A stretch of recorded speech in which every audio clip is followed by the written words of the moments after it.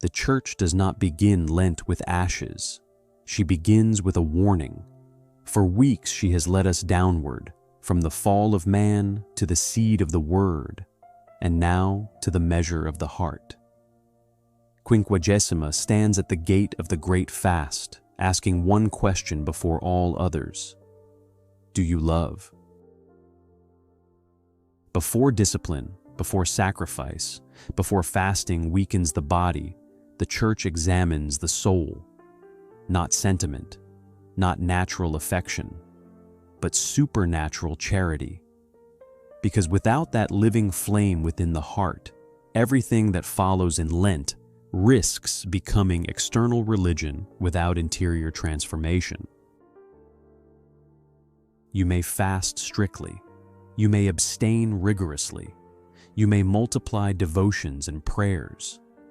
Yet if charity is absent, the structure collapses. This is the last mercy before the fast, a final invitation to purify the motive before embracing the sacrifice.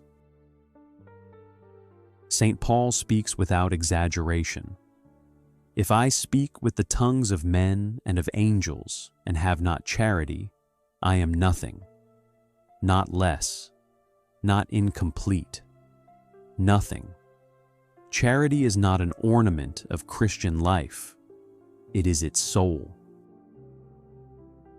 In theology, charity is the supernatural participation in the very life of God. The Father eternally gives Himself. The Son eternally receives and returns that gift.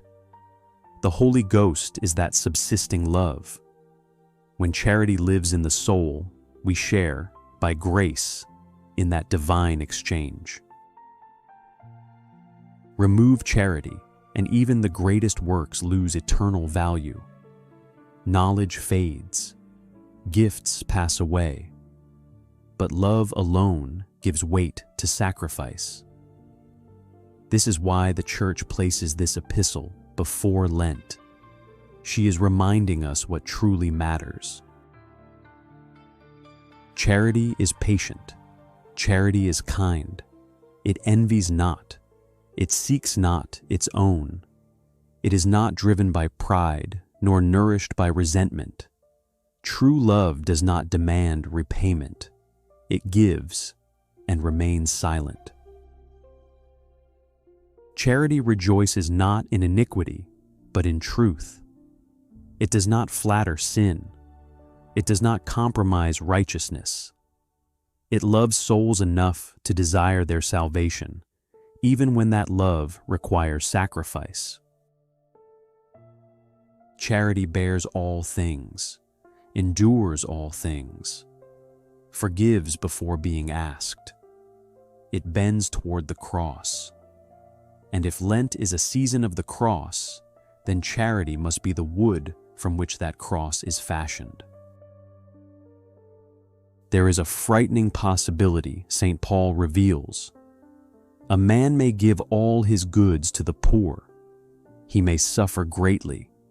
He may practice strict penance, and yet lack charity. It profiteth me nothing. External religion can be imitated. Charity cannot. One may defend orthodoxy and still fail to forgive. One may practice discipline and still nourish pride. God measures not only what we do, but why we do it. Lent multiplies religious activity, but activity without love becomes noise. Sacrifice without mercy becomes hardness. Without charity, the fast becomes empty motion. In the Gospel, Christ announces His passion. He will be mocked, scourged, spat upon, and crucified. He speaks plainly of suffering and of rising again. Yet the disciples do not understand. Why do they not understand? Because the cross cannot be grasped without charity. Without love, suffering appears meaningless. With love, suffering becomes redemptive. Christ goes to Jerusalem not as a victim of fate, but as love incarnate.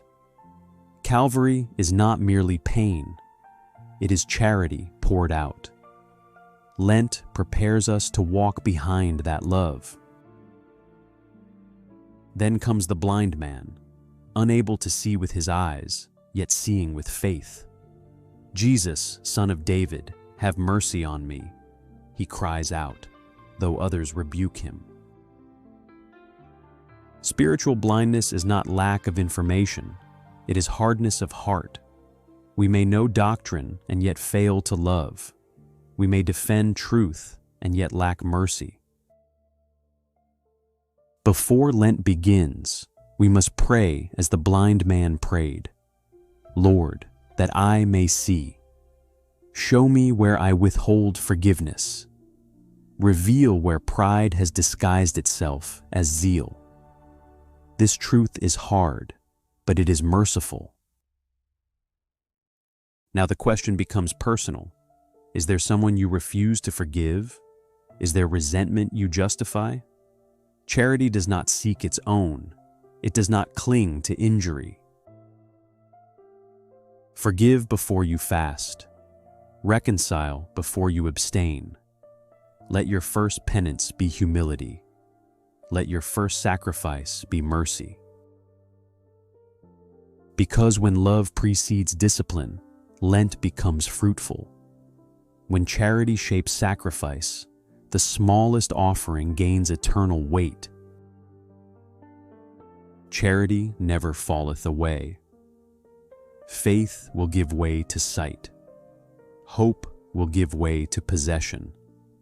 But charity endures eternally. Heaven is not fasting. Heaven is not penance. Heaven is perfect love. Ashes fade. Fasting ends. Sacrifices cease. Enter Lent not merely disciplined, but purified. Not merely correct, but charitable. For Lent means nothing without love, and only charity unites the soul to the heart of Christ.